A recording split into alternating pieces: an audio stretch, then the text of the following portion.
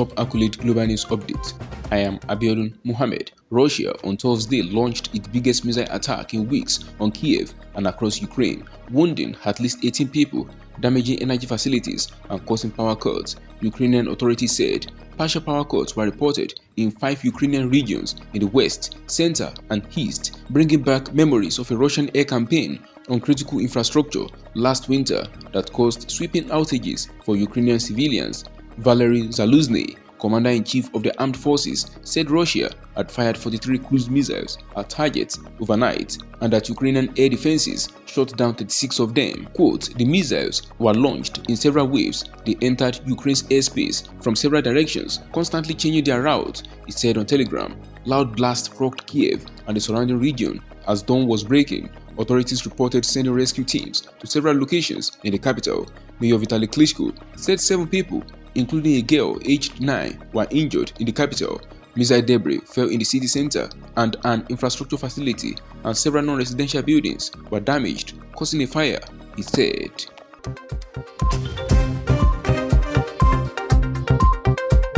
The Chinese Navy wants to hire graduate students to fly ship-borne aircraft and is raising the age limit to expand its search as it seeks to improve the qualifications of its air personnel and build a strong army. Besides upgrading its hardware from warships to warplanes, China is also trying to improve the caliber of its recruits, as the military is a career path traditionally favored by the less educated. In an advertisement on social media platform WeChat, the People's Liberation Army Navy said it was seeking graduate students with master's degrees in science and engineering who are younger than 26 to pilot aircraft from ships. Last year, it allowed undergraduates aged 24 or below to apply for the first time. Before that, the limit was high school graduates aged 20 and younger. Candidates must be male with a clean political history and no legal or disciplinary history, according to the advertisement. Training will include 3 to 4 years of aviation theory and practical flight training. Those who become pilots will have free medical care for themselves and their immediate family,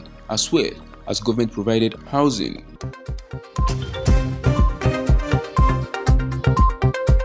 Thousands of protesters have gathered in the Armenian capital to denounce the government's perceived failure to support Armenian separatists in Nagorno-Karabakh after the breakaway region was forced into surrender by Azerbaijan. The protesters gathered on Wednesday at Republic Square in the heart of Yerevan, demanding the resignation of Prime Minister Nikol Pashinyan, who presided over the defeat to Azerbaijan in the 2020 war, and now the final collapse of Karabakh's Armenian authorities. Opposition politicians gave speeches from a stage denouncing Pashinyan, who took power in the 2018 revolution, during which he addressed rallies on the same square, while some protesters threw bottles and stones at his office and scuffled with police. Lawmaker Ishkan Shakatelyan called on parliamentary opposition forces to launch an impeachment procedure against the prime minister. Azerbaijan on Wednesday announced it had halted its offensive, which it described as a counter-terrorism operation, after Armenian separatist forces in Nagorno-Karabakh agreed to a ceasefire whose terms signaled the area would return to Baku's control.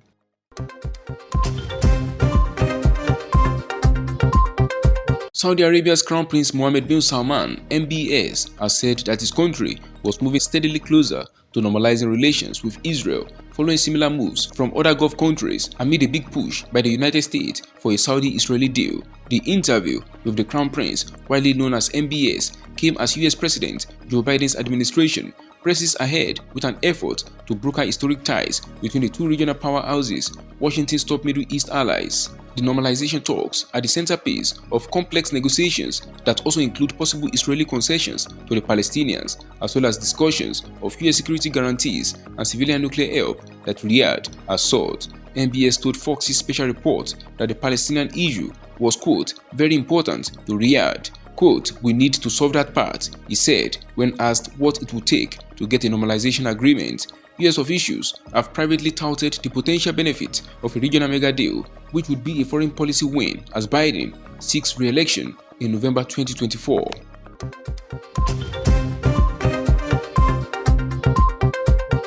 The resting place of the more than 800,000 people killed in the 1994 Rwandan genocide was among sites in 3 continents added to UNESCO's World Heritage List as the United Nations cultural body ends a moratorium on considering memorial sites for human suffering. The sites at Yamata, Morambi, Gisosi, and Bisesero in Rwanda, commemorating the mass killings of mainly Tutsi victims, were, quote, just inscribed on the UNESCO World Heritage List, the organization posted on social media on Wednesday. The four sites in Rwanda commemorate the genocide that targeted the Tutsi minority in large part, but also moderate Hutus who were shot, beaten, or hacked to death by Hutu rebels between April and July of 1994.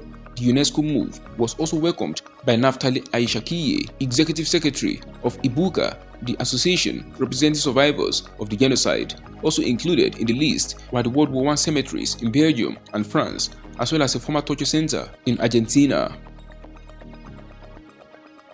That is the size of top accolade global news update. You can follow us on our social media platforms as displayed on your screen.